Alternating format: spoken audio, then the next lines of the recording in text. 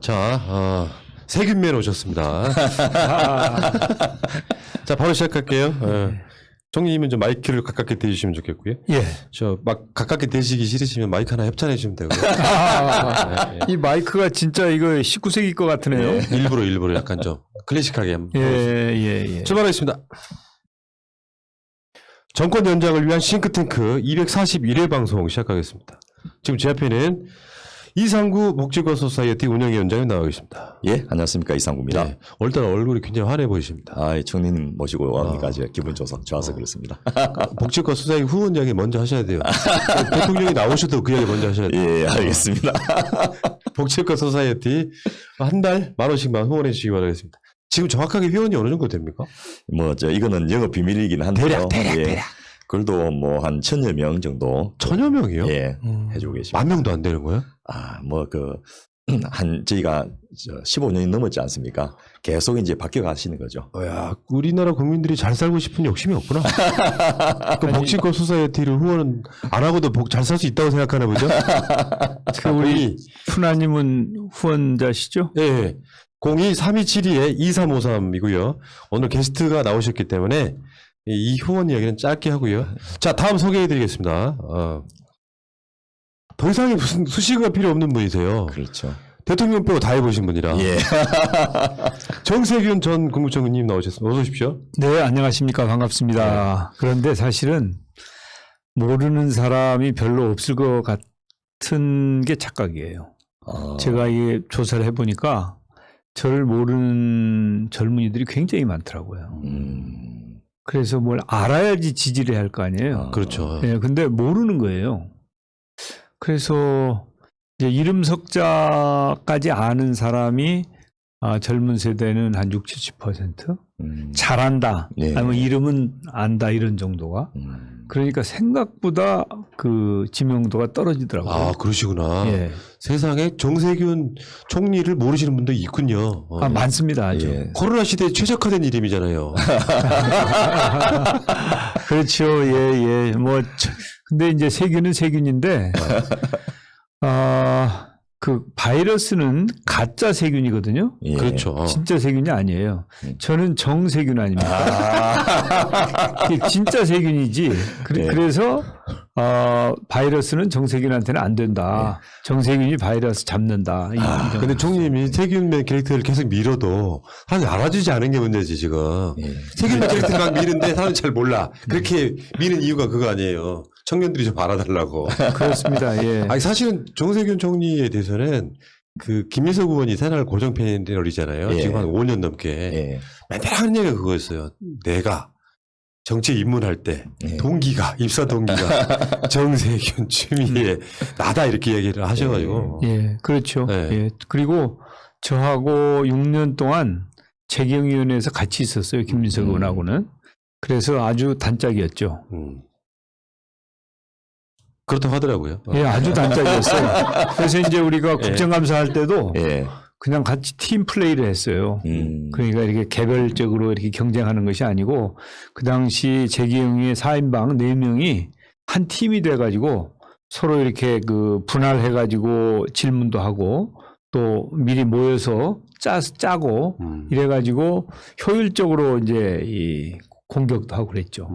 그래서 김민석 의원하고 저하고는 참 오래된 그런 나이 차이는 좀 있어도 입사 그렇죠. 동기인 건 확실하고. 예, 뭐 친구죠. 예.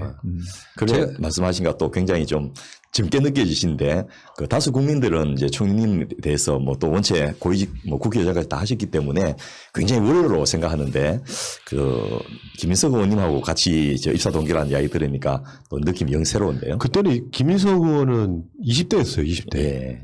그 세월이 그만큼 지난 거고요. 오늘 다른 방송에서 6.15 선언 이야기했는데 벌써 그게 21년 지났으니까요. 그렇죠. 예. 그때가 김대중 대통령 때니까 딱 그 시점에 그 시절들 아닌가요? 이게 이제 저희가 한 10명 정도가 같이 입사를 했어요. 그 당시에 이제 김대중 대통령께서 젊은 피를 수혈한다고 이렇게 표현을 했었어요. 그래서 젊은이들을 영입을 하셨는데 그 사람들이 한 10명쯤 됩니다.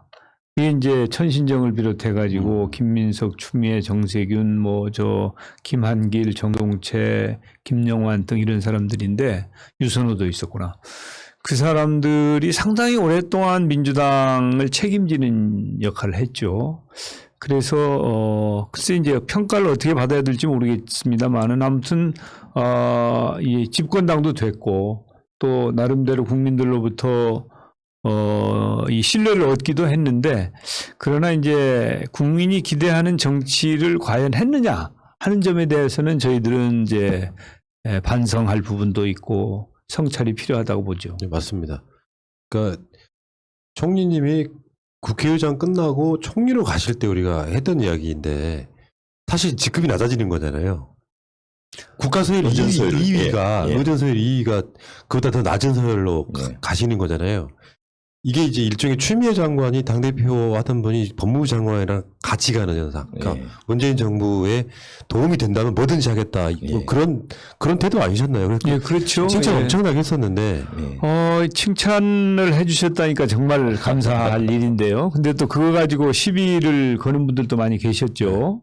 그런데 이제 어느 수준 이상 정무직 하면 그러면은 꼭 이 경중을 따지고 무슨 서열을 따지고 그런 것보다는 그래도 어느 정도 되면 그 중요한 일이 주어지거나 책무가 주어지고 헌신하고 봉사할 수 있는 기회가 주어지면 이제 그렇게 하는 게 옳다고 저는 봅니다. 그래서 그 당시에 일부 이제 청문회 할 때 시비를 건 분들도 있었지만 무슨 일이든지 주어지면 나는 하는 게 옳다고 본다. 그래서 그러시겠죠. 그쪽에 동의하는 분들이 더 많았던 것 같아요.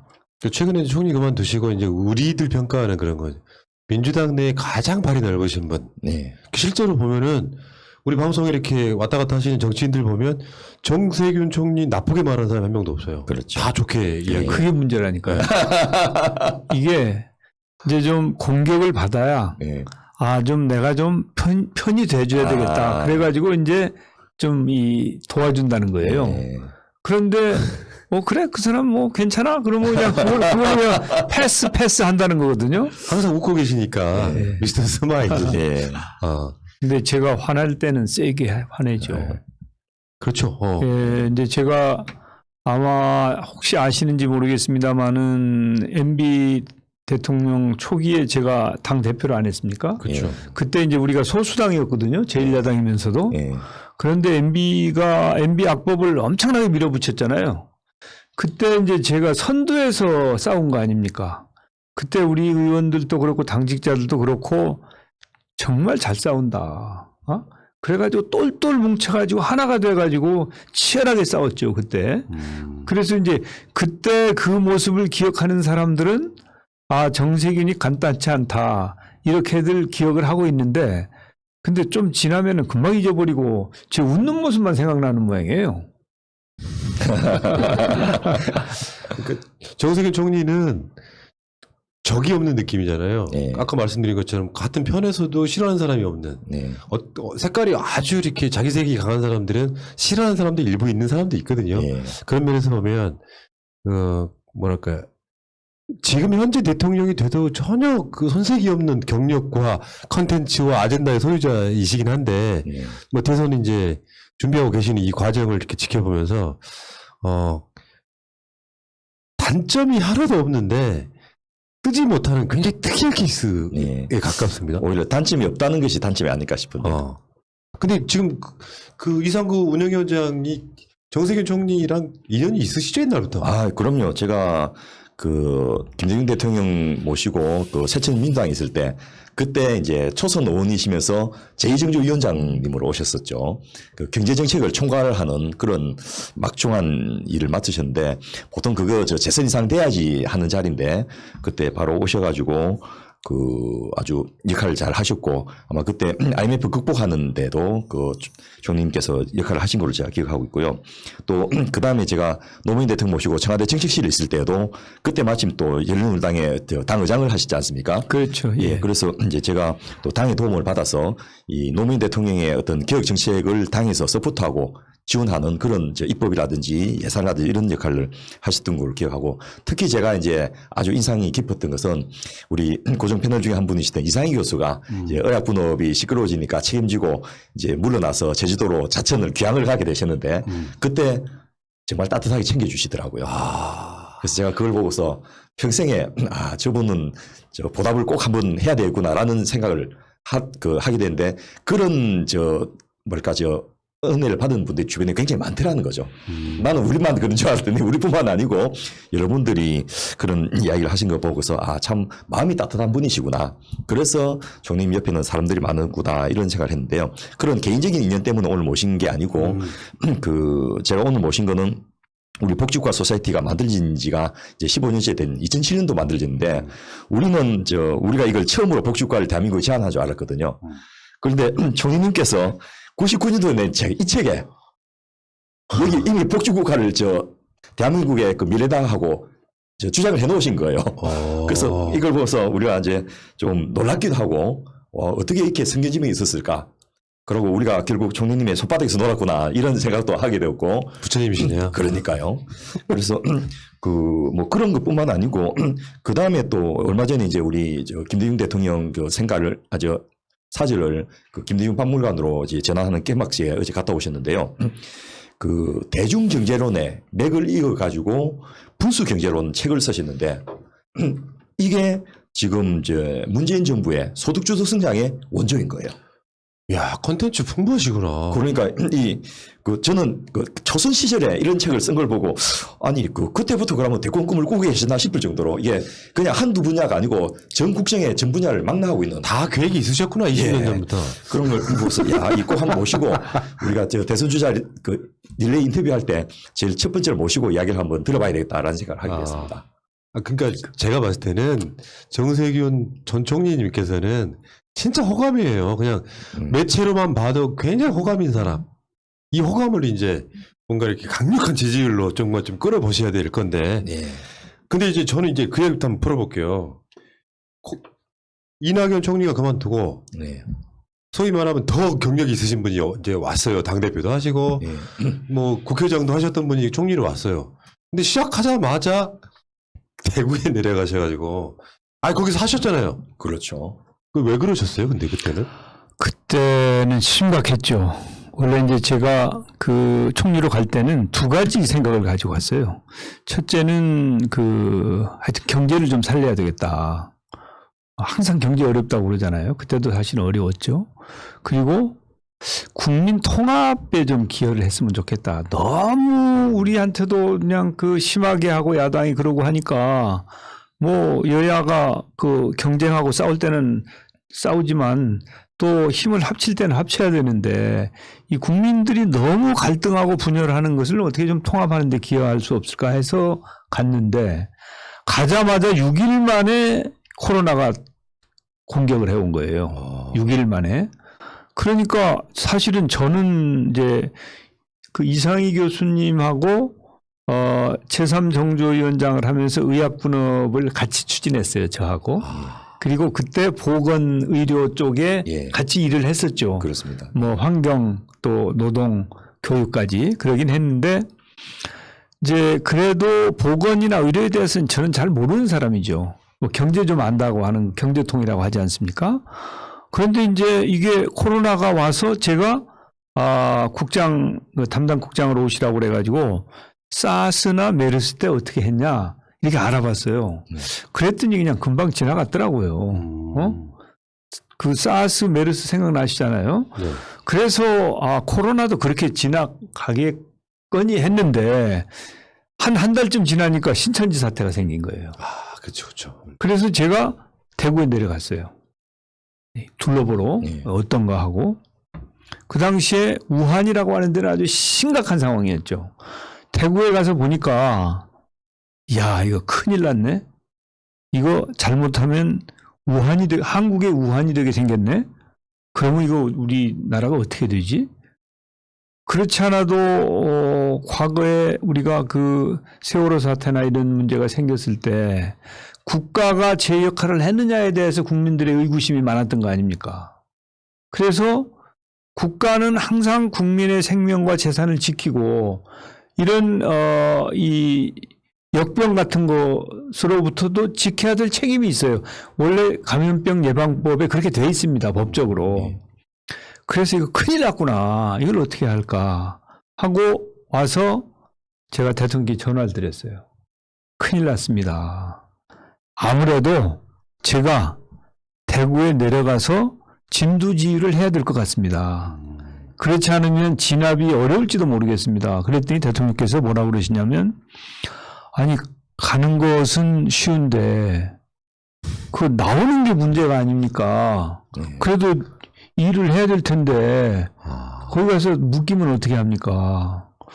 그래서 이제 제가 그 말씀은 저도 공감을 합니다만은 그래도 이걸 빨리 진압을 하지 않고 이게 전국화된다든지 하면 큰일이기 때문에 하여튼 제가 내려가서 진압을 하고 올라오겠습니다.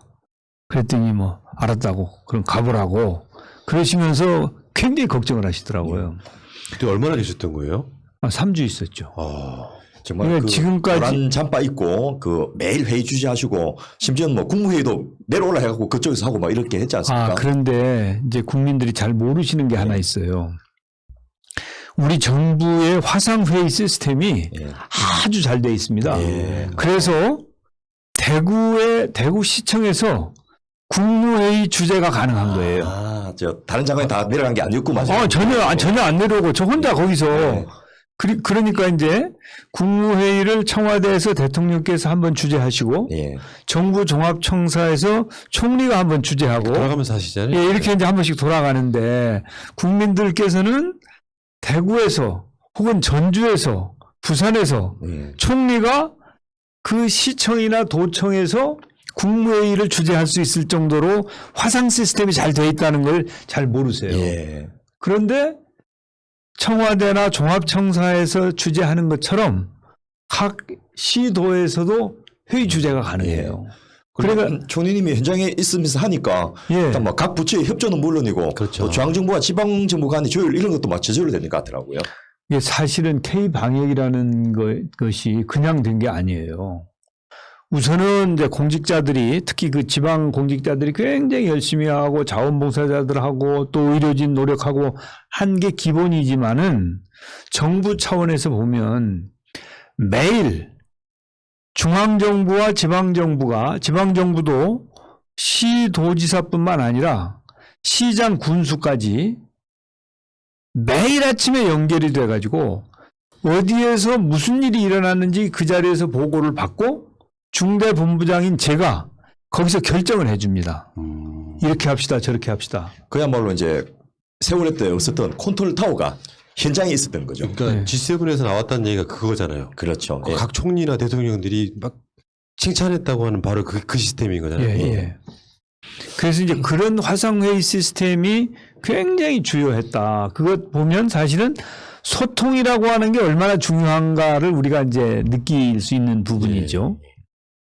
그렇게 현장에서 든든히 지켜주고 계시고 야전 사령관으로서 정말 그 전선 한가운데 계신 이 모습을 보면서 국민들이 이전 박근혜 정부 때 못했던 국가가 우리를 돌봐주는구나 그 느낌을 가질 수 있었던 것 같습니다. 저는 정 총리님 생각하면은 머릿속에 양복 입은 건 별로 기억이 안 나고요. 노란 잠바. 그렇죠.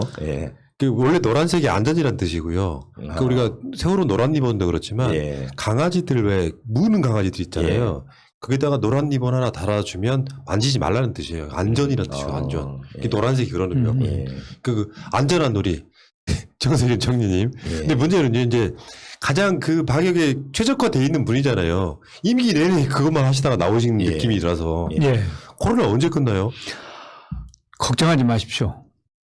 오늘 1,300만 명 접종이 됐습니다. 원래 이제 6월 말까지 목표가 1,200만 명이었는데, 1,300명이고 1,400만 명이 될 거예요, 아마. 그래서 원래 예정했던 9월 말까지 3,500만 명 이상은 아무 문제 없이 달성이 됩니다. 그리고 이제 공무원들은 마음대로 말을 못 해요. 왜냐하면 말 한번 잘못했다가 책임져야 되니까. 그런데 이제 저는 지금 공무원이 아니잖아요. 어제 오늘 확진자 숫자가 많이 줄었어요. 네. 물론 뭐 주말 효과 이런 것도 300명대 있습니다만은 저는 백신의 효과가 나타나고 있다고 봅니다. 그런데 전에 제가 이거 좀 괜찮아졌습니다. 그러면은 그 다음 날 또 애를 먹이고 대통령님께서 예. 이건 이제 좀 우리 방역 효과가 나타났습니다. 그러면 그 다음 날 어김없이 이게 확진자 수가 늘어나는 거예요. 그래서 사실은 좀 조심스럽긴 한데 제가 보기에는 이미 백신의 효과가 나타나고 있다. 그리고 원래 예정했던 것보다 조기에 목표 달성이 가능하다. 물론 마스크를 벗는 것은 언제일지 그건 지금 얘기할 수가 없어요. 그리고 또 이게 뭐 복병들이 있죠. 변이 바이러스가 어떻게 될 건지 뭐 등등 이런 것이 있긴 하지만 제가 보기에는 이제 공무원이 아니니까 자신 있게 말씀드리는데 정부가 원래 국민들께 약속했던 것보다 빠른 시기에 그러네요. 집단 면역이 가능합니다. 그러면 최소한도 마스크는 쓴다 하더라도 일상으로의 복귀, 경제 이 회복 이런 것들은 앞당겨질 수 있다고 저는 확신합니다. 야, 총리 그 기간 내내 대구 직접 내려가시고 소위 그 기고생을 하셨는데 그렇죠. 좀 지지율로 좀 보답 좀 받았으면 좋겠어요. 그래서 이제 저는 그래도 국민들께서 중대본부장으로 제가 15개월 넘게 고생을 했지 않습니까? 토요일 날도 회의를 주재하고 일요일 날도 한 것을 모르세요, 국민들은. 근데 저는 쉬지 않고 토요일, 일요일도 제가 종합청사에 나가거나 아니면 지방에서 회의를 주재하면서 중대본회의를 했거든요. 예. 그래서 이제 코로나의 K방역이라고 하는 신화를 썼는데 네. 물론 뭐 정은경 본부장이나 장관들 뭐 노력 굉장히 많이 했죠. 그렇지만 그래도 하여튼 제가 대통령님 다음에 책임자 아니었습니까? 5%만 올려줍시다. 예, 그래서 저는 예. 이 방역이 이제 전환점이 온다. 그렇게 되면 국민들께서 그래도 조금 좀 봐주시지 않을까 그렇게 기대를 하고 있습니다. 뭐 언젠가 알아주겠죠. 뭐 그 부분은 제가 봤을 때 이제 나오신 지 얼마 안 됐고 어필할 포인트도 별로 없었고, 근데 저는 그렇게 생각해요. 소위 이 바닥에서 이제 민주 진영에서 저 대통령들 세 분 말고 이해찬 대표하고 정세균 총리는 사실 이 바닥 내 정치적 지주 아니세요? 그럼요. 그런 측면이 있잖아요. 예. 그러니까 뭘 해도 잘할 수 있는 그것이 만능인 것 같은 그런 느낌. 예. 그러니까 뭐 국무총리 하시는 분이 그 자리에 뭐 국회의장을 하고 당대표를 하고 할 수 있는 그 모든 걸 다 해보신 그런 분이라서 그 잠재력과 포텐셜은 최고일 것 같다는 생각이 좀 듭니다. 그래서 일반 국민들이 잘 모르는 정치권에서 도는 또 하나의 별명이 소방수입니다.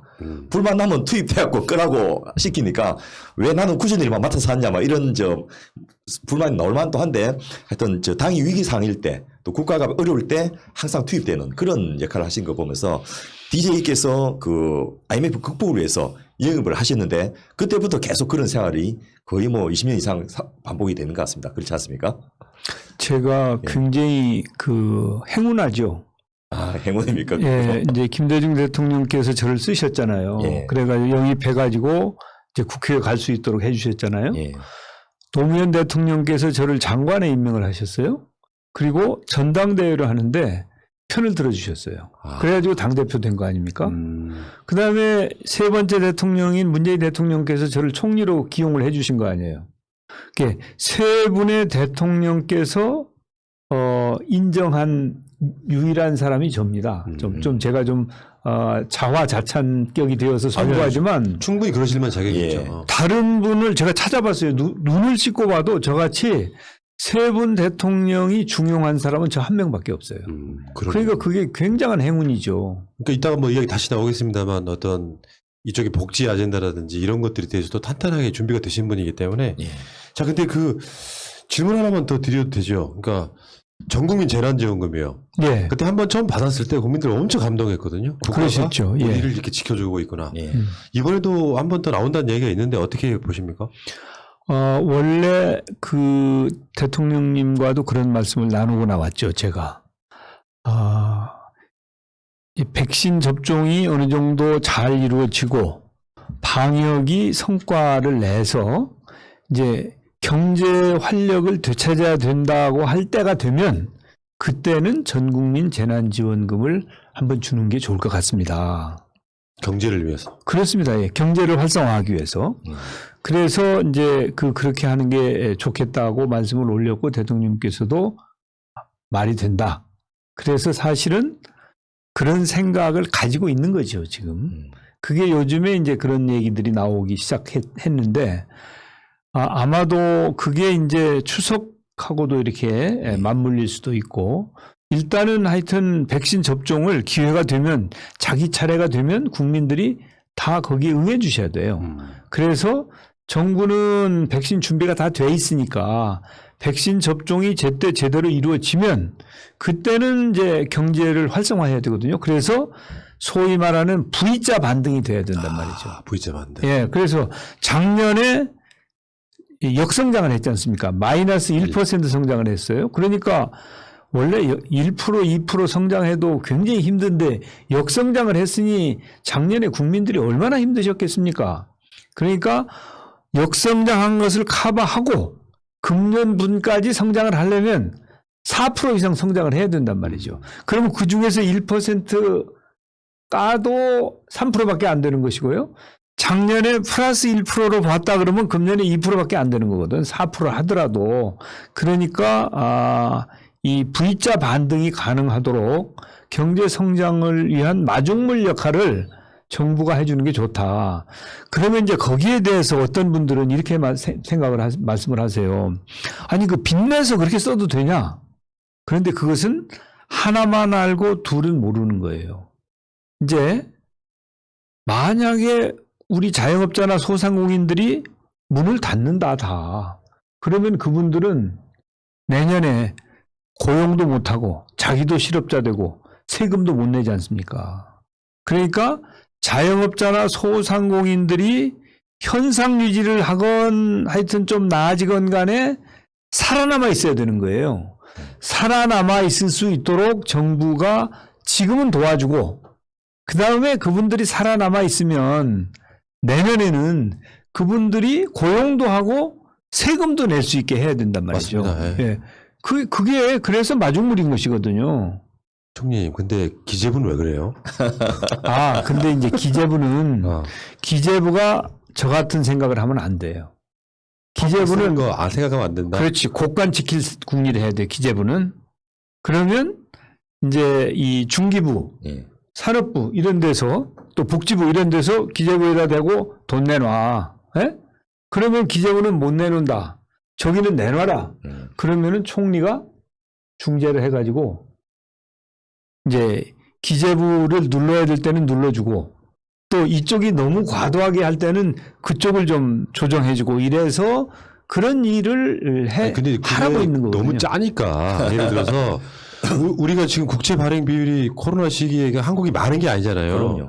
근데 너무 짜니까 이 사람들이 이 돈을 자기들 돈이라고 생각하나? 아니 그 사람들은 이제 국고를 걱정하는 거니까 그게 그 사람들의 롤입니다. 그래서 제가 이게 기재부의 나라냐라고 혼도 내주기도 하고 또 기재부가 말을 안 들으면 암적도 넣어서 동의하게 하고 그런 일을 제가 했죠. 어리고 달래고 또 차치기치고 하고. 총리 시절에. 그렇지만은 그 사람들은 그게 그들의 역할이기 때문에 그것은 또 인정을 해줘야 돼요. 알겠습니다. 네, 총리님께서 그 중앙방역대책본부장을 하시면서 저는 이제 알고 있기로는 마스크 오브제 시행이라든지 또 생활치료센터 같은 것을 이제 최초로 결정한 건 알고 있었는데 백신 앱을 개발했다는 건 제가 또 처음 들었거든요. 제가 지금 쿠브 앱을 갖고 있는데 예. 아마 이 백신 맞으신 분들은 다 갖고 계실 거예요. 요거 개발하신 당사자분 뭐 본인이 직접 이 앱을 만드시진 않으셨겠지만 지시하신 거죠. 그렇습니다. 이게 블록체인을 이용해서 개발한 겁니다. 그리고 중소기업이 개발한 거예요. 그래서 이제 제가 백신을 맞게 되면 백신 증명서가 필요한데 그걸 뭐 이제 아마 노인 어르신들은 제가 보기에는 플라스틱이나 혹은 달리 좀 이렇게 해드리는 게 좋을 것 같아요. 노인들은 스마트폰 없는 분들도 계시고 하니까. 그렇지만 스마트폰을 가지고 있는 사람들은 이렇게 딱 하도록 그 색깔도 멋있잖아요. 그래가지고 이걸 그냥 앱이 아니고 블록체인 기술을 활용한 겁니다. 그러니까 최첨단 예. 다른 나라에는 없는 그런 접종 증명서를 우리는 가지고 있는 일본이 거예요. 이거 보고 경악했다잖아요. 예. 지금도 정의로 된 접종 증명서를 보내주면 그걸 받아가지고 접수하고 이러는 나라인데 예. 이거 개발해가지고 저도 깜짝 놀랐어요. 접종을 딱 맞자마자 앱을 깔고 보니까 그새 들어와 있어. 예. 당신 맞았다고. 우리 총님 2차까지 맞으셨구나. 예, 저는 2차까지 맞았죠. 그렇습니다. 그 남들이 해킹도 못하게 그건 불가능하다는 거잖아요. 예. 예. 근데 제가 또 하나 놀란 거는 그 총리가 새벽부터 밤늦게 얼마나 바쁩니까? 근데 그 와중에 또 코로나 이후의 시대를 어떻게 할 건지를 준비해가지고 이 책을 또 내셨어요. 근데 책 제목이 코로나 19 이후에 새로운 일상을 위한 준비. 그러니까 각계의 전문가들을 모셔가지고 매주 목요일마다 공부를 하고 그 공부한 내용을 또 이렇게 정리를 하셔가지고 책으로 다 내셨더라고요. 윤석열 씨가 저런 걸 봐야 될 텐데. 그러니까요. 한두 번 뭐 이게 듣고 하는 게 아니고 꾸준하게 그 정말 분야를 상상을 못할 정도로 다양한 분야의 분들을 모시고 그 포스트 코로나 어떻게 준비할 것인지 이런 걸 차근차근 그 공부를 하시는 걸 보고. 오늘 새날 대화가 241회인데 예. 제가 그 국무총리로서 모교 대화라는 걸 했어요. 예. 그래서 41회를 제가 했습니다. 아, 거의 1년 가까이 하셨죠. 매주 목요일. 그래서 거기에서 이제 전문가들이나 이해관계자들을 모시고 거기서 그냥 격이 없이 토론했죠. 그래서 그 모교 대화의 1회부터 6회까지는 그때는 코로나가 이렇게 오래 갈 줄 모르고 금방 코로나가 극복될 걸로 알고 초반에는. 예, 코로나 이후에 우리가 어떻게 준비를 할까 네. 그런 내용을 가지고 6번에 걸쳐서 모교 대화를 했는데 예. 그 내용을 잘 정리를 해놓은 게 그러니까 내용이 아주 풍부하고 좋더라고요. 아마 참고가 되실 겁니다. 예. 저희도 꼼꼼히 읽어봤는데, 야, 정말 생각도 못했던 다양한 분야, 뭐 보통은 이제 코로나 이후에 무슨 보건의료 전문가들이라든지 또 경제 전문가만 부를 줄 알았더니 사회학자까지 포함했고 또 외국 석학까지 그렇습니다. 예. 캐나다에 석학하고 예. 그때 화상회의를 했죠. 그거 있잖아요. 예를 들어 우리가 일상생활에서도 예. 뭔가 내가 대장이에요, 일단은. 근데 나를 대신할 만한 뭔가 누구한테 맡길 때는요, 가장 믿음직스럽고 뭔가 그 자리에 감이 되는 사람을 맡기는 거잖아요. 근데 소위 말하면 민주진영에서 국회의장을 맡고 당대표를 맡고 국무총리를 맡고 하는 분은 뭔가 특별한 게 있을 거거든요. 예. 제가 봤을 땐 그렇거든요. 왜냐면 막 맡기는 게 아니라 거기에는 인격도 포함될 거고, 예. 뭐 콘텐츠도 포함될 거고, 그 다 포함되어 있는 거잖아요. 책 한번 읽어보고 싶네요. 예.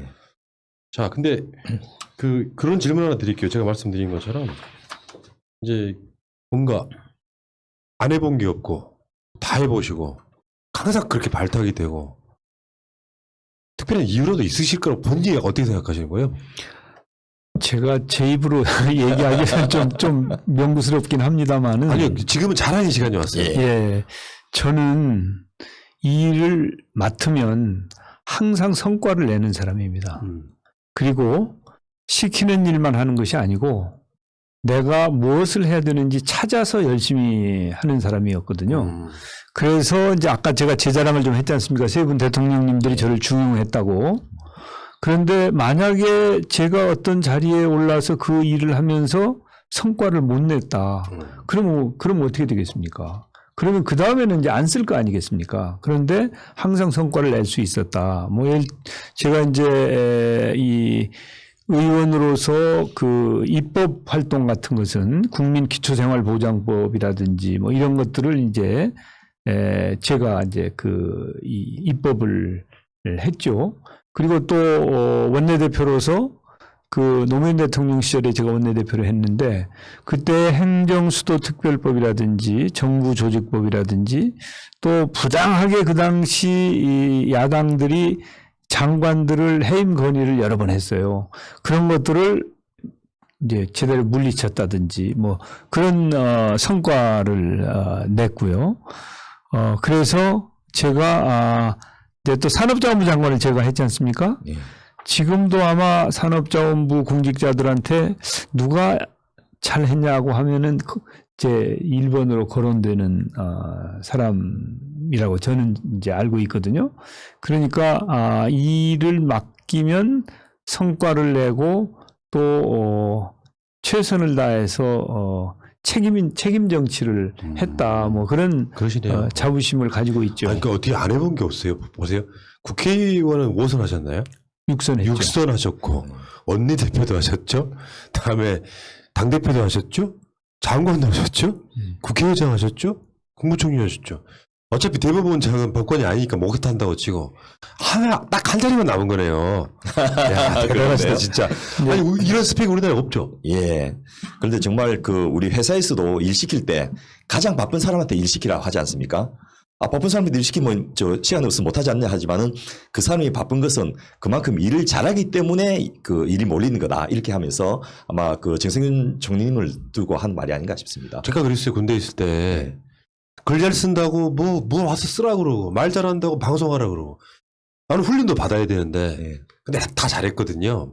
총리님처럼. 그런 거예요. 잘하는 사람은 있을 숟가락 때 얹어가지고 예, 숟가락을 살짝 올리시네. 근데 제가 오늘 총리님 나온다는 그 공고가 나갔지 않습니까? 구례에서 그 수해 때문에 두 분이나 와주셨다 하면서 그 고마운 이야기 꼭 좀 전해달라고 네. 문자도 또 주시고 했네요. 이제 제가 2번 간 것도 중요하지만 예. 사실은 제가 구례를 비롯해 가지고 수해 현장을 다 갔습니다. 예. 그래서 이제 확인을 해보니까 예. 국가에서 지원금이 너무 작은 거예요. 예. 뭐 가옥이 다 전파돼도 뭐 1,몇백만 원밖에 안 주고 또 사람이 한 분 돌아가셔도 1,000만 원밖에 안 주고 그래서 제가 이제 알아봤어요. 도대체 이게 언제 만들어진 기준이냐 알아봤더니 25년 전에 만들어진 기준이에요. 25년 전에. 그래서 월요대화를 제가 이제 매주 월요일 날 대통령님을 뵙고 주례회동이라는 걸 하잖아요. 예. 그래서 제가 주례회동에 의제로 가지고 가서 보고를 드렸어요. 지금 전국에 수해가 많이 났는데 정부가 지원금을 줘야 되는데 이게 25년 전에 만들어진 겁니다. 그래서 너무 금액이 작습니다. 이걸 사실은 몇 배로 올렸으면 좋겠는데 뭐 예산 형편상 그건 안 되고 일단 2배로 올리는 게 좋겠습니다. 그래서 한꺼번에 100%를 인상을 했어요. 예. 근데 그게 25년 전 것이기 때문에 예. 사실은 이제 그래도 여전히 작죠. 그렇지만은 제가 몸으로 가서 열심히 보고 문제가 무엇인지 파악한 것 플러스 하여튼 국민들에게 재난에 대해서 정부의 지원금을 100% 인상을 했다. 예. 그래서 그 지역 주민들이 그 와주신 것만으로도 너무 고마워가지고 뭐 장관도 잘 안 오는데 총리님이 직접 오고 하니까 그런 게 아직도 이제 가슴에 남아 있었던가 봅니다. 이거 보내주신 분 카카오톡 프로필 사진이 총리 집하고 찍은 사진이에요. 그래서 오늘 나오신다고 예. 뭐랄까 감사하셨고요. 예. 그러니까 지난해 섬진강 하류 지역뿐만 아니라 합천댐 등의 수해 피해를 입은 수재민들에게 위로와 격려의 말씀 부탁드립니다. 뭐 이런 내용이 들어있어서요. 예.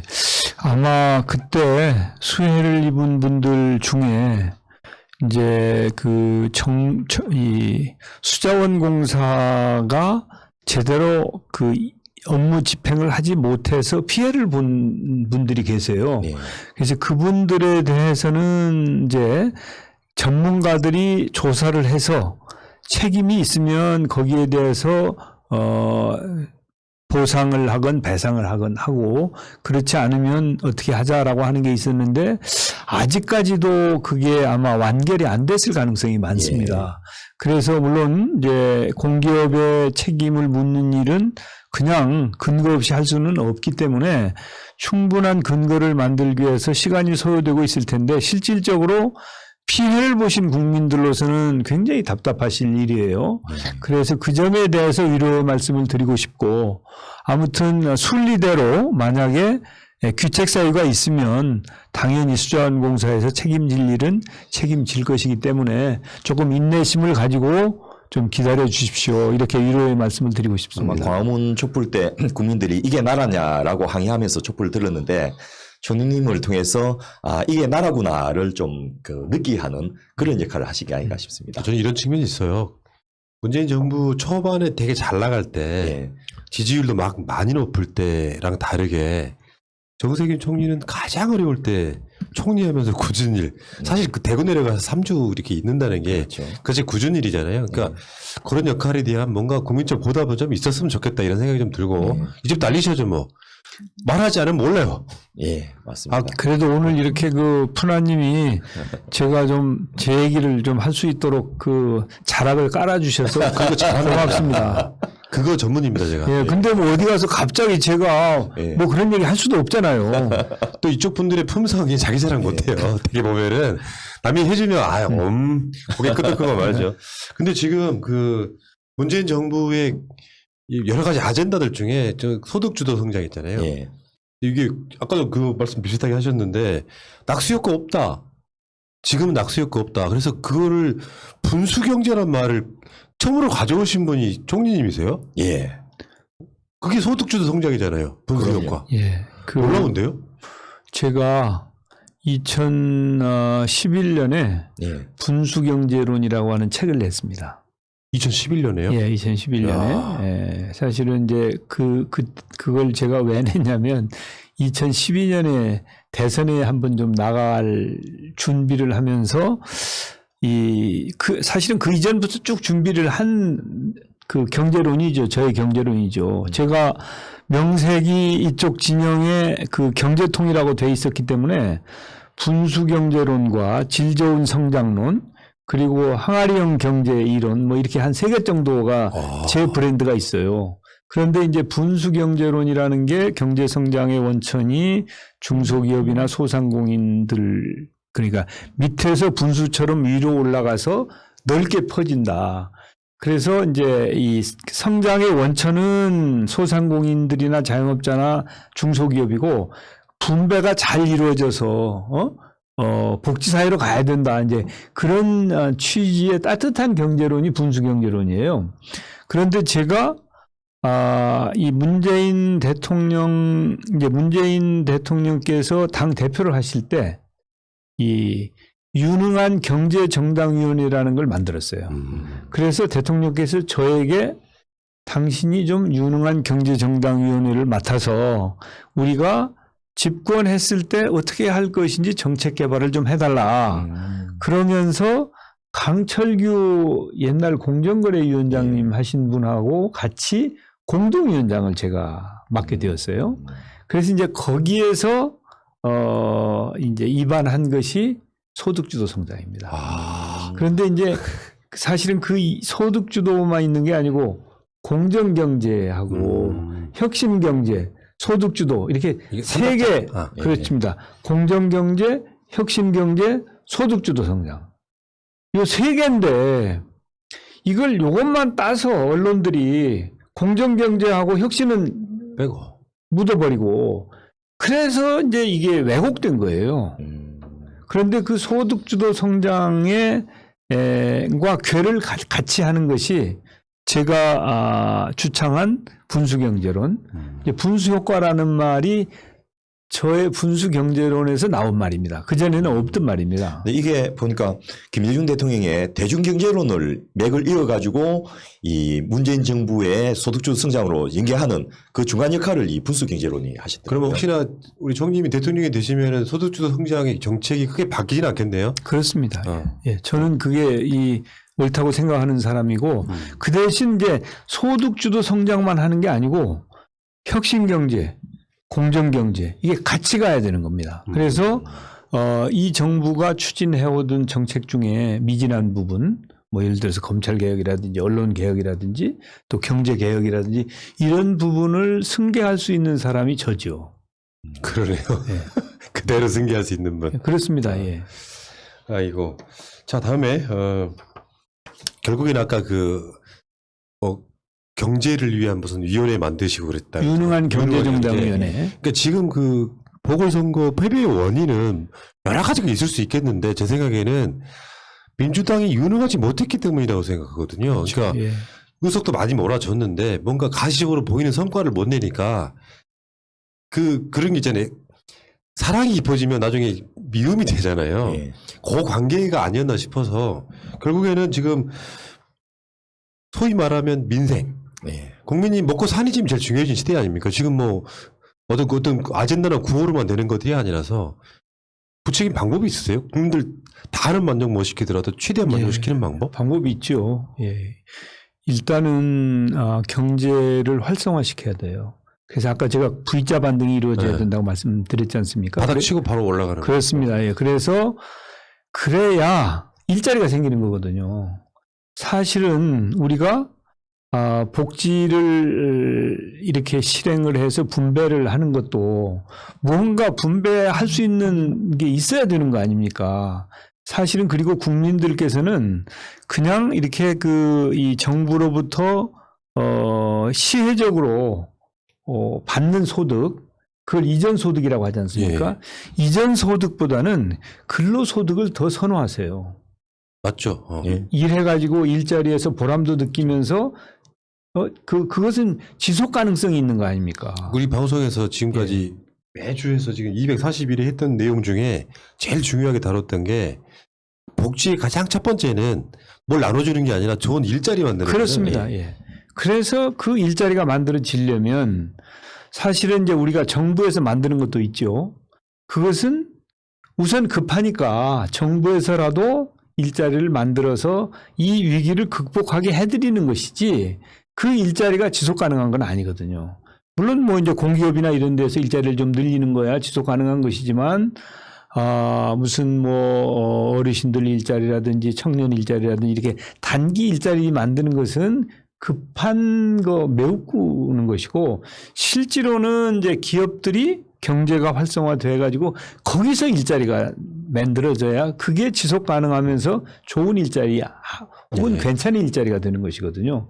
그래서 기업가 정신을 살아나게 하는 것 그리고 미래 성장 동력을 만들어내는 것.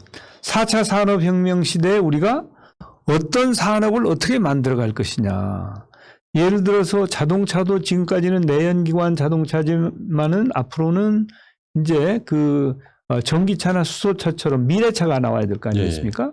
그 다음에 우리가 코로나가 생기고 나서 이 진단 시약을 팔아가지고 수조 원을 벌었어요. 예. 예? 그 진단 시약. 예. 이제 그런 바이오 헬스. 예? 그 다음에 시스템 반도체. 거기다가 DNA라고 해요. 데이터 네트워크 AI. 이런 이제 4차 산업혁명 시대에 우리가 새롭게 만들어가는 일자리. 이런 산업들이 제대로 일어날 수 있도록 이제 기업들이 혁신할 수 있도록 만들어줘야 돼요. 그래서 법과 제도를 정부가 먼저 만들어줌으로 해서 4차 산업혁명 시대에 새로운 일자리가 만들어지게. 그 일자리들은 좋은 일자리들입니다. 그 일자리들은. 그런데 이제 지금 코로나가 지나고 나서 코로나 때문에 없어지는 일자리들도 많이 있잖아요.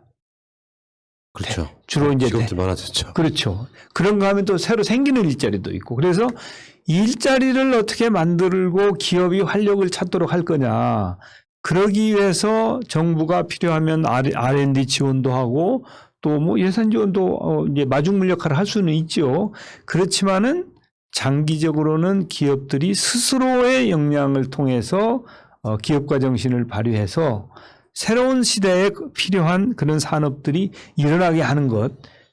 그리고 제때에 필요한 법을 만들어줘야 되는데 법이 없어서 뭘 하고 싶은데 못하는 경우도 있어요. 이제 그건 안 되는 것이죠. 그래서 기업의 혁신이 그게 가능하도록 하면서 정부도 혁신을 해야 돼요. 정부 혁신은 주로 뭐냐? 규제를 혁신하는 거예요. 특히 이제 새로운 산업 분야는 법이 없어서 뭘 하고 싶어도 못하는 일이 있어서는 안 되고, 그 다음에 또 이제 이 규제를 포지티브 시스템이냐, 네거티브 시스템이냐 들어보셨을 거예요. 이제 포지티브 시스템은 이러이러한 것을 할 수 있다라고 하는 것만 가능한 거예요. 그런데 네거티브 시스템은 이런 것은 안 된다라는 말이 없으면 다 할 수 있는 거예요. 그러니까 과거에 우리 규제 시스템은 이제 포지티브 시스템이에요. 그래서 이러이러한 거 할 수 있다라고 법과 제도가 돼 있는 것만 하지 안 돼 있는 건 못 하는 거예요. 그래서 그런 경우에는 기업들이 뭐 국회나 정부에다가 이거 법 좀 만들어 달라고 우리 이것 좀 하고 싶다고 하는데 이래서 안 되고 저래서 안 되고 세월은 가고 기업은 죽을 지경인 것이죠. 기술 개발을 해놨는데 이걸 사업화를 해야 되는데 법과 제도 정비가 안 되면 이걸 못 하는 거예요. 그럼 일자리도 만들어지지 않고 그 기업은 잘못하면 망할 수도 있는 것이죠. 이래서는 안 되고 미래 산업에 대해서는 네거티브 시스템으로 가야 되는 거예요. 그래서 이거 안 된다, 저거 안 된다. 그것은 공정거래라든지 환경 문제라든지 보건의료 이런 것 때문에 규제해야 되는 게 또 있어요. 꼭 필요한 규제가. 이것만 빼고 다 해라. 그렇죠. 그런 경우에 이거 안 된다라고 하는 거 말고는 다 하라는 것이죠. 그랬더니 문제가 생길 수 있어요. 왜냐하면 정부가 미리 이거 안 된다라고 마땅히 했어야 될 걸 그걸 놓쳐서 하는 경우가 있거든요. 그런 것은 그냥 사후에 규제를 하면 돼요. 사전 규제하지 말고 사후 규제. 사후에 봤더니 이게 문제가 있더라. 그러면 미리 얘기를 못 했는데 지금까지 한 건 그냥 괜찮지만 앞으로는 이거 하지 마시오. 그렇게 사후 규제를 하면 되거든요. 그래야 좋은 일자리가 많이 생기고 우리 젊은이들이 그냥 무슨 뭐 수당 받고 뭐 이래서 그거 해봤자 몇 푼 되지도 않고 지속 가능하지가 않거든요. 그러니까 일자리를 만들어주는 것. 이게 꼭 우리가 가야 될 길이죠. 그 시스템을 운영해 보신 분, 나라의 시스템을 운영해 보신 분이라 바라보는 시각이 다르네요. 어떤 분이 좀 보고 배웠으면 좋겠는데. 지금 열공하시는 분 있잖아요. 이런 거 이해할까요? 난. 그런데 말씀하셨던 첨단 산업들을 하려면 주로 이게 많은 막대한 연구개발이나 또 장치 투자를 필요로 하니까 예. 그 대기업들만 이득을 보고 말씀하시는 부수경제 하려면 중소기업들이 살아나야 되는데 예. 그 역할 분담을 어떻게 하는 것이 이 같이 사는 그런 방법이 될 수 있을까요? 예, 당연히 같이 살아야 되죠. 그리고 어차피 대기업이라고 하는 것은 이제 옛날에는 수직 계열화라 그래가지고 자기네들이 다 했어요. 자기네들이. 근데 지금은 그게 안 돼요. 그래서 대기업이 있으면 많은 중소기업들이 협력업체들이 있습니다. 그리고 부품은 중소기업이나 중견기업들이 만들어요. 부품은. 그리고 사실은 대기업은 조립만 하는 거예요. 현대자동차는 이거 조립만 하는 것이거든요. 몇만 개 부품 만드는 회사는 다 중견기업들이 하거든요. 그렇기 때문에 이런 생태계가 제대로 잘 살아있도록 그 대신 대기업이 너무 쥐어짜가지고 그냥 단가 후리치기 이런 거. 예. 그런 거 이제 못하도록 해줘야 되죠. 그게 바로 그게 이제 공정 경제인 것이에요. 그래서 공정과 이 혁신. 이 혁신 이게 이제 중요한 부분이에요. 공정과 혁신이 없는 소득주도 성장은 사실은 이건 안고 없는 찐빵이에요. 요 세 개가 어우러져서 같이 갈 때 그때 이제 대한민국 경제가 활성화되고 일자리가 만들어지고 우리 젊은 사람들이 꿈과 희망을 가질 수 있는 것이죠. 총리님이 99년도에 낸 책에 보니까 벌써 노동자 경영 참여를 이야기하고 계시더라고요. 그래서 저는 그거 보고 굉장히 과격하시네 막 이런 생각을 했거든요. 지금 또 제대로 못하고 있지 않습니까? 그렇죠. 그런데 사실은 노무현 대통령님이나 김대중 대통령님은 저보다 훨씬 더 앞서가셨어요. 그 김대중 대통령께서 처음으로 공무원들 직장협의회라는 걸 만들었잖아요. 그 직장협의회가 사실은 그때로 보면 노조예요. 그전에는 이게 일체 없었거든. 쟁의행위나 이런 게 전혀 불가능했는데 이 노무현 후보 시절에 제가 수행을 하고 공무원들하고 이렇게 직장협의회 책임자들하고 간담회를 하는데 대통령께서 공무원들도 노조를 만들어야 됩니다. 그리고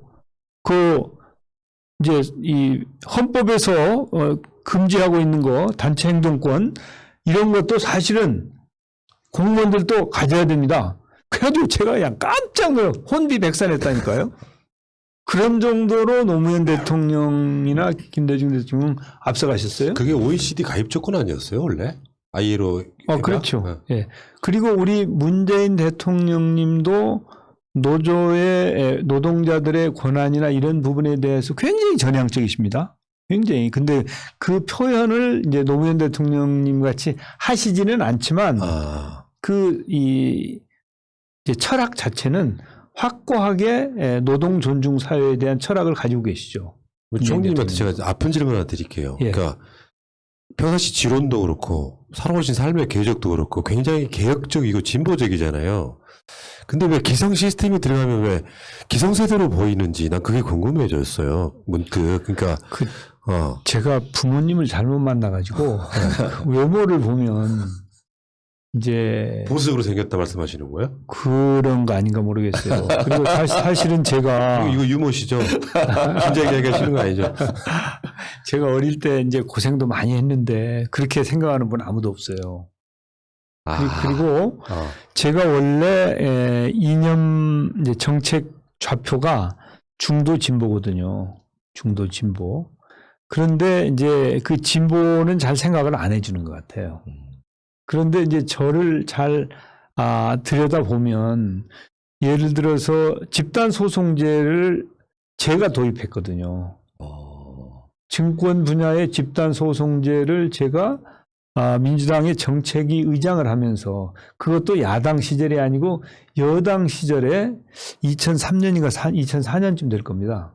그때 제가 전경련이나 이 대한상의를 설득해가지고 증권 분야 쪽부터 우선 집단소송제를 시행을 해보자.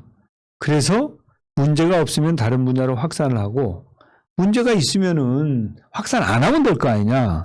그렇지 않으면 이걸 당신네들이 동의 안 하면 전체를 한꺼번에 하겠다. 그래가지고 협상을 해가지고 증권 분야의 집단소송제를 먼저 도입을 한 거예요. 그리고 아까도 제가 말씀드렸지만은 이제 복지도 국민 기초생활보장법도 제가 만들었잖아요. 그게.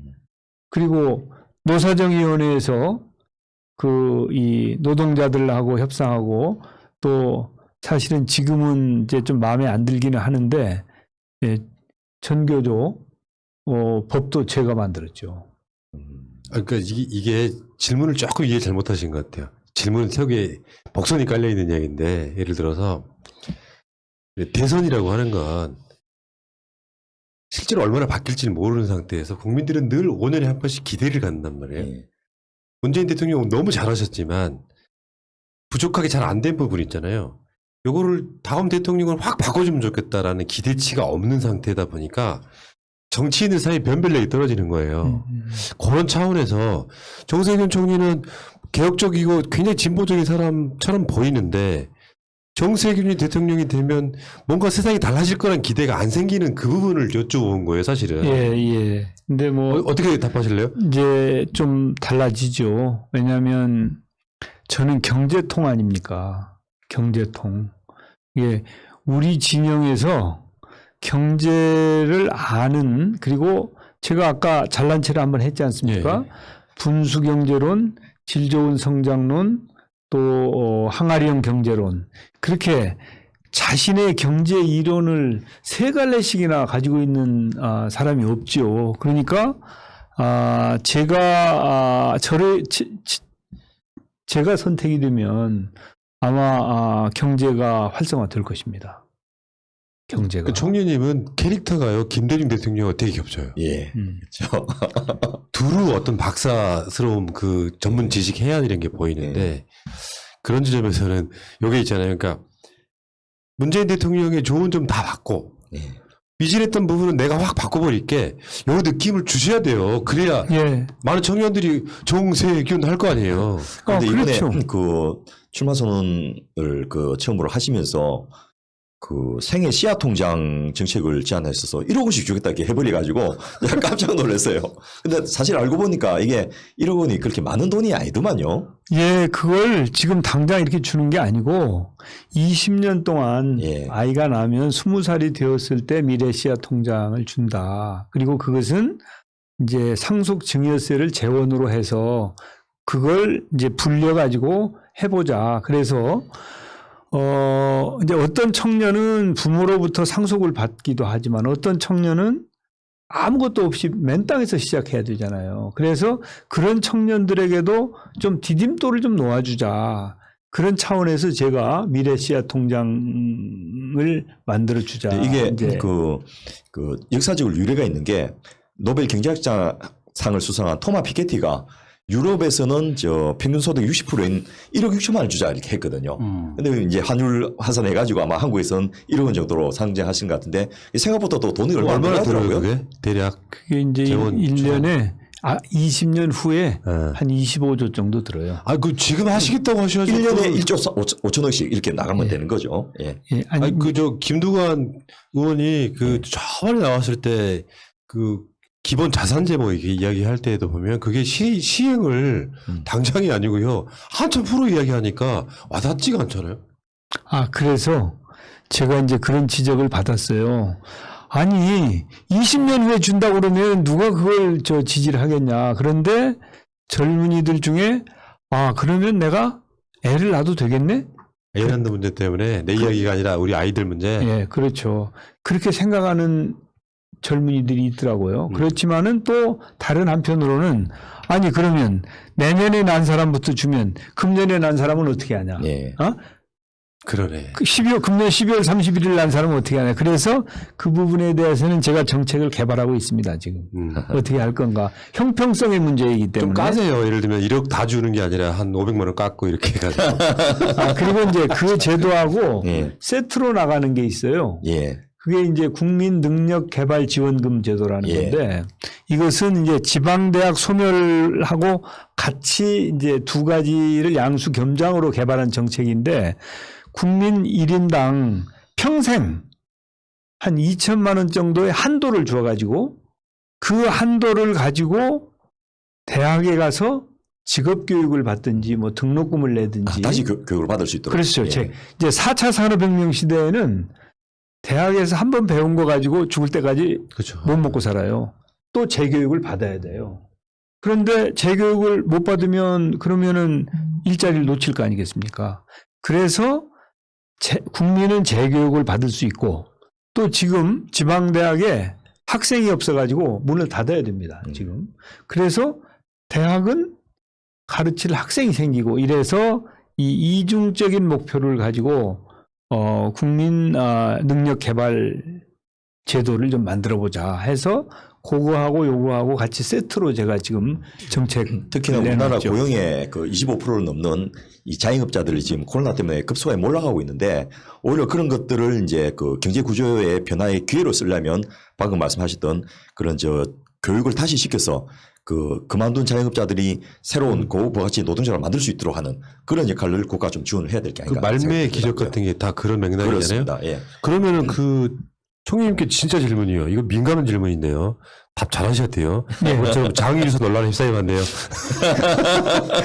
뭐냐면은 결국에는 지금 대한민국이 세계 10대 경제 대국이 됐고 뭐 G8 정도 이야기하고 있는 나라가 됐는데 결국에는 코로나를 잘못 겪었다면 오히려 후진국으로 전락할 수도 있는 그 중대 기로에서 굉장히 성공한 나라라고 보거든요. 그렇죠. 경제는 잘 되고 있어요. 수출도 막 배가 부족할 정도가 됐으면 이제는 대선 주자들이 최소한 증세 이야기는 할 수 있어야 된다고 보거든요. 예. 왜냐하면 이명박 때 부자 감세 이후에 사실 세금 깎아주는 건 있었어도 증세하겠다는 거 아마 핀셋으로 부동산 가격 대비 조금 올린 거 제외하고 나면 없는 것처럼 보이는데 증세 문제 어떤 아젠다 끌고 가시겠습니까? 예, 현재 금년도 같으면은 이제 우리가 한 100조 정도 국채를 발행해야 됩니다. 그 얘기는 이제 100조 빚이 늘어난다는 이야기죠. 그러면 앞으로 지출을 좀 줄이긴 줄여야 돼요. 그렇지만은 100조를 줄이기는 어렵거든요.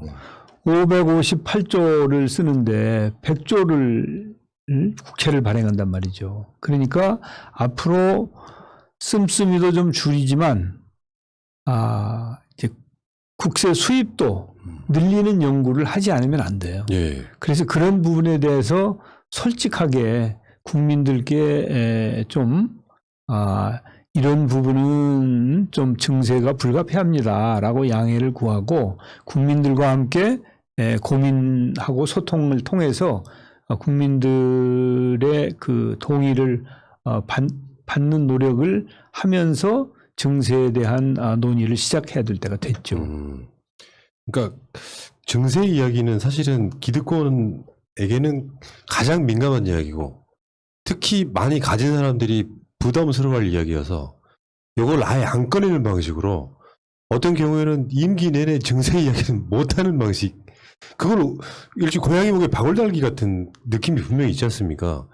증세 얘기를 꺼내면 분명히 세금 폭탄론이 나올 거고 기득권의 저항이 붙으셔서 결국은 못하게 되고 이명박이라는 사람은 오히려 세금을 깎아주는 방식으로 그 기득권들의 환심을 샀는데 원위치도 못 지키는 상황이라면 그 복지는 누구나 하겠다고 이야기를 하고 있지만 재원 어디서 할 거냐 하면 결국에 아끼고 전략하는 방법도 있지만 증세도 해야 되는 거죠. 아끼기만 해가지고는 안 돼, 네. 해결이 안 돼요. 예, 그래서 어떻게 이 수입을 늘릴 것인가에 대한 고민이 진지한 고민이 필요하죠. 예. 그러니까 하실 생각은 있으신 거죠? 저는 그런 고민을 함께 해야 된다고 봅니다. 근데 지금 같은 상황이면은 코로나 있잖아요. 코로나. 예. 아마 그런 마인드이실 것 같은데 코로나19가 아까도 제가 말씀드린 것처럼 위기이기도 했지만 대한민국을 기회로 만들고 있잖아요. 그렇죠. 그래서 그런데 이제 증세라든지 이런 것들은 타이밍이 굉장히 중요합니다. 타이밍이. 그래서 언제 그런 논의를 시작하고 실제로 실행을 언제 할 것인가. 이게 똑같은 것도 아주 좋은 것도 타이밍이 나쁘면 그러면은 문제가 생겨요. 사실은 최저임금 제도 있지 않습니까? 그게 제 분수경제론에 또 나와 있는 거예요. 10,000원 하자, 해야 된다. 아직도 안 되고 있잖아요. 그런데 조원님. 그게 이제 조삼모사도 있지 않습니까? 그것을 여러 가지를 종합적으로 봐서 어느 시점에 이것을 얼마나 올릴 건가 이런 부분이 아주 정교하게 정무적인 그 고려하에서 이루어져야지 그냥 이건 옳은 거니까 밀어붙인다 이러면은 부작용이 생겨가지고 문제가 생기는 거예요. 그래서 그런 부분을 정말 유능하게 해야 되죠. 지금 마침 국민의힘도 안심소득을 들고 나오고 하기 때문에 이 민주당의 주자들이 이 부분을 이제 공론화할 수 있는 어떤 여건이 만들어지지 않겠나 싶습니다. 그러니까 이런 논의는 발전될수록 다수 국민에게는 도움이 되거든요. 약간 그런 게 있잖아요. 그러니까 전국민 재난지원금이 나눠주면서 국민들에게 국가의 존재 이유를 보여줬다고 하면 저는 늘상 그렇게 주장해왔던 사람이거든요. 세금을 국가가 잘 쓰는 걸 보여주면 국민들도 흔쾌히. 그러니까 최근에 주장했던 것 중에 하나가 그거죠. 가난한 사람도 세금을 내게 해라. 그게 얼마든 간에 몇백 원이라도 내게 해라. 그래서 당당하게 모든 국민이 세금을 다 내는 가운데 부자들이 세금을 내고 싶어하는 나라를 만들어야지. 가난한 사람들이라고 다 세금 안 내게 만들어버리고 부자들한테만 내라고 하니 그거 조금 올리겠다고 하면 그걸 못 견디는 그런 느낌이 분명히 있거든요. 근데 그 사람들한테는 그게 국가가 공정하지 않은 거죠. 예, 사실은 이제 우리나라의 경우에는 그 세금을 전혀 내지 않는 국민 숫자가 국제 기준에 비하면 굉장히 많죠. 네. 예, 그게 이제 꼭 바람직한 것은 아니죠. 작은 금액이라도 같이 이렇게 이제 부담을 하면 자부심도 생기고 그런 것이죠. 예, 그래서 그런 점에 대해서는 조금 이 고민이 필요하고 글로벌 스탠다드에 맞추는 노력이 필요하지 않나 이런 생각을 함께 할 필요가 있고요. 지금 금년 상반기에 세수가 예상보다 상당히 많이 거친다는 거 아니에요. 그것을 보면 이제 이 경제를 활성화하는 게 얼마나 중요한지가 거기에서 드러나는 거예요. 예?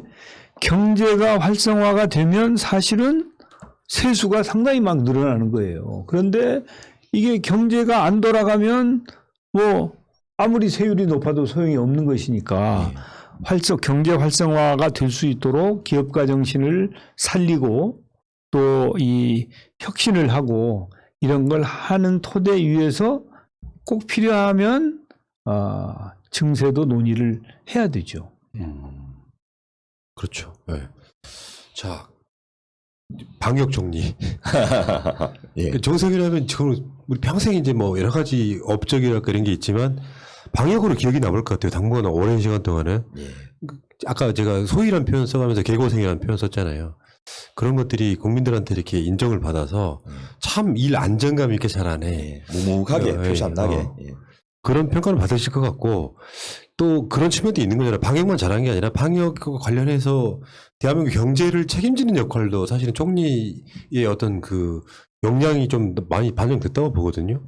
그러니까 지금 OECD 국가 중에 뭐 사실상 경제 성장률 1위하고 막 요 과정들이 있잖아요. 그러면서 사실상 어느 날 갑자기 누가 말처럼 자고 일어나 보니 선진국이 되어 있는 그 느낌 속에는 정세균 총리의 이 노력도 녹아 있는 게 아니냐. 그럼요. 말은 없지만은 든든한 그 큰아들 같은 느낌 이런 네. 게 아마 국민들이 총리에게 가지는 느낌일 것 같습니다. 저는 그런 생각을 합니다. 그러니까 개인적으로 누구를 지지하든 간에 저런 사람이 우리 진영에 있다는 것이 고마운 거예요. 예. 저런 분이 우리 진영에 있다는 게 고마운 거예요. 이분은 이래서 고맙고 저분은 저래서 고마워야 되는데 너무 또 과열되면은 또 뭐 경선 연기론 같은 걸로 이제 욕도 드시고 그건 솔직히 한번 얘기해 줘 보세요. 경선 연기론 어떻게 생각하십니까? 경선은 선거에 승리하기 위해서 경선하고 후보를 내는 거거든요. 그래서 어떻게 하는 것이 선거 승리에 도움이 되는가 네. 논의가 필요하죠. 그리고 이제 그게 이 저거하고는 달라요. 서울시장이나 부산시장의 경우에는 그것은 원래 당헌 당규가 후보를 못 내게 돼 있는 거 아니에요. 그래서 당헌을 개정한 겁니다. 그것은 예. 당헌을 개정한 거예요. 그런데 경선 시기는 180일 전으로 하되 필요하면 당무회의 의결로 달리할 수 있다고 돼 있는 거예요. 그러니까 그 당헌 고치는 거 아닙니다. 여지가 있게 만들어 놨다 원래 설계를. 원래 그렇게 돼 있는 겁니다. 그건. 그래서 대선 기획단이 만들어져서 대선 기획단에서 이거 시기를 좀 조정하는 게 좋겠습니다. 그리고 경선 룰도 거기서 만들어져야 돼요. 경선 룰은 이렇게 하는 게 좋겠습니다. 그래서 어차피 그게 당무회의를 통과해야 돼요. 당무회의를. 그러니까 그 건하고 이 건하고 사람들이 혼동해가지고 무슨 이게 당헌 당규를 개정해야 되는 것처럼 생각하는 건 그건 상황을 잘 모르는 거예요. 그럼 원래 그렇게 설계된 거네요. 그렇게 그럼요. 여지를 두고 다 결국에는 그렇습니다. 캠프들끼리 대표자들 만나가지고 협의해야 되는 상황인 거죠. 그렇습니다. 예, 원래 그렇게 하는 겁니다. 예, 그런 이야기를 안 해주니까 대다수 국민도 모르고 있었죠. 예. 원래 필요하면은 조정할 수 있도록 현재 당헌이 그렇게 되어 있는 건데 마치 서울시장이나 부산시장의 당헌을 개정해가지고 못 내는 후보를 내게 한 것처럼 이거하고 같은 연장선상에서 생각하는 것은 현재 당헌 당규를 잘 모르는 데서 나오는 그런 오해예요. 방역하시느라고 큰 고생하셨기 때문에 까방권 한 장 드릴게요. 예. 근데 이게 이제 대선 나오신다고 아직 예. 공식 선언하신 건 아니잖아요. 17일 합니다. 하십니까? 예. 며칠 안 남았네요. 예. 내일 모레죠. 예. 그러면 막상 나와보니까 예. 어떠세요? 그러니까 내가 봤을 때 분명히 자신감이 있으셨거든요. 내가 나가면 판이 달라진다 하는데 현실적으로 좀 어려움도 있지 않으세요? 솔직하게 한번. 어려움이 있죠. 예, 어려움이 있죠. 우선 이제 그 소위 말하는 이제 팬덤이 없잖아요, 저는. 예, 그러니까 어려움이 있죠. 예. 뭐 그리고 이제 어려움이 없을 거라고 생각하고 한 건 아니고 당연히 어려움이 있을 걸로 생각을 했는데 이제 그 어려움을 어떻게 극복하느냐 하는 게 과제죠. 그리고 또 국민들로부터 이 선택을 받는다는 게 그게 뭐 제가 종로에서 선택받는 수준 가지고 되겠습니까? 사실은 저는 호남에서 사선을 하고 제 발로 종로에 와서 혈투를 2번이나 했잖아요. 홍사덕 의원하고 1번 하고 2번째는 지금 오세훈 시장하고 했지 않습니까? 그러나 그것은 그냥 동네 축구고 이것은 A매치 아닙니까? 그러니까 차원이 다른 거죠. 그 마음이라는 게 그런 거잖아요. 아까도 말씀드린 것처럼 지지하는 내가 좋아하는 그 팬덤 내에서만 누군가를 생각할 게 아니라 이 싸움은 원팀 싸움이에요. 저는 그렇게 보거든요. 예. 그래서 누구를 지지하든 간에 본선으로 가면 그 사람한테 다 표 몰아주는 분위기가 돼야 돼서 그런 부분들이 이제 정세균 총리 입장에서는 제가 뭐 표현이 좀 이상하긴 한데 현직 총리일 때 같은 때 아니면 총리 되시기 전에 이런 그 SNS나 대한 미디어들에 좀 충실하게 접근하셨다면 훨씬 더 그 기반이 좀 튼튼했을 거라고 생각이 드는데 그건 뭐 생각을 아직 못 하셨던 거 아니에요? 너무 바빴죠. 일이 너무 바빴죠. 핑계지만. 근데 왜 그 생각을 못 했겠어요.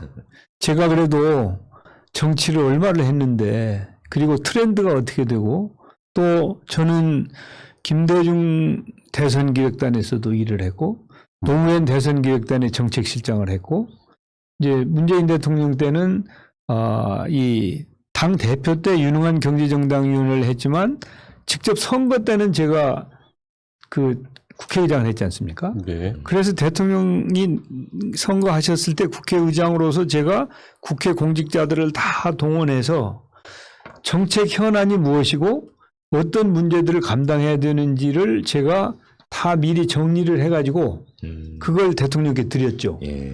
이제 대통령 당선되시고 나서 국회 선사하러 오셨을 때 제가 요만한 보따리에다가 정책 패키지를 미리 준비해가지고 대통령께 드렸습니다. 참고하시라고. 그러니까 사실은 뭐 세 분 대통령이 되실 때 저는 항상 최선을 다해서 보필하는 노력을 했죠. 네. 알겠습니다. 어쨌건 국가 국민들 어느 한 사람 한 사람 노력하지 않은 사람이 없겠지만 그 중에서 가장 앞에서 대한민국이 일어나 보니 선진국 됐다고 할 정도로 가장 많은 기여를 하신 분, 대통령, 국무총리 이런 분들이 진짜 얼마나 고생하셨는지 알기 때문에 저는 정세균 총리의 이런 그 진정성들이 많은 국민들한테 이제 알려지기 시작할 거다. 그러면 지지율도 많이 달라질 거다 이렇게 생각이 드는데 저는 오늘 모시고 네. 이야기 들어보면서 정말 가슴 한편에서 마음이 든든한 느낌 더하기 우리나라 국민들은 참 행복하구나. 이런 좋은 후보들 중에서 고를 수 있다면 이게 얼마나 행복하겠습니까? 제가 오죽했으면 어제도 그런 얘기 했어요. 예. 민주당에도 제가 싫어하는 주자도 한두 사람 있거든요. 예. 이상 말씀하시는 분.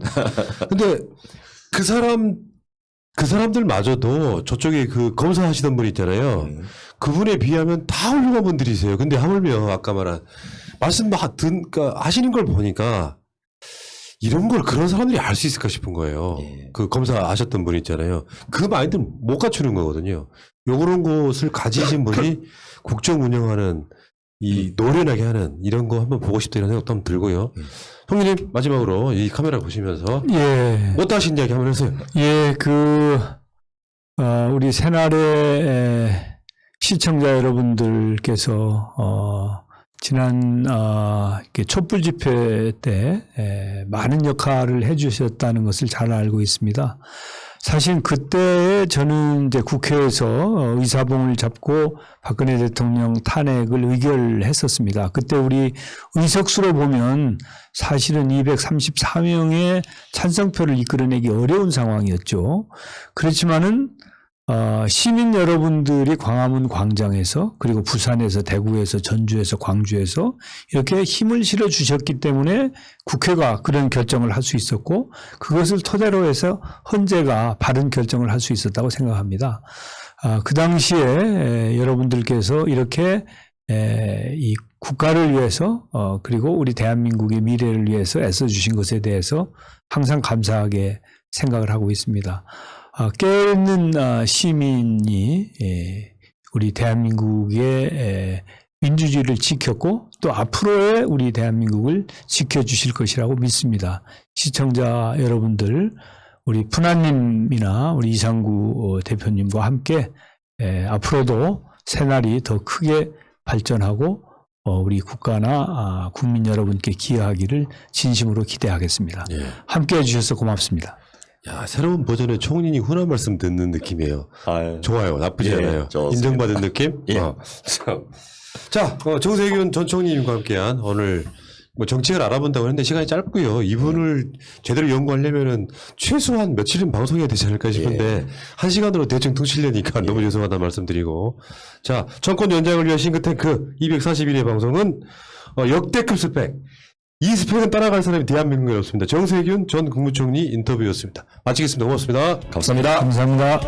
아유, 잘하셨습니다. 물리치자 바이러스에게는 먼저 가자 바이러스보다 먼저 그러니 내일보다 먼저 가자